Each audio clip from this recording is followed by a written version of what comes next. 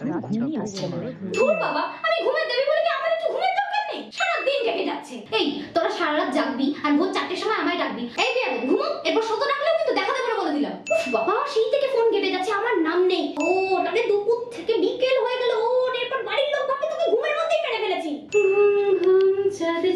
কি দরকার 10 মিনিটের ন্যাপ? 10 মিনিটের বেশি যদি হয়ে যায় না, মাইগ্রেন এনে দেবো বলে দিলাম। এই তুই দুপুরে ঘুমাচ্ছিস কেন? রাতে আসবে না কিন্তু বলে দিলাম।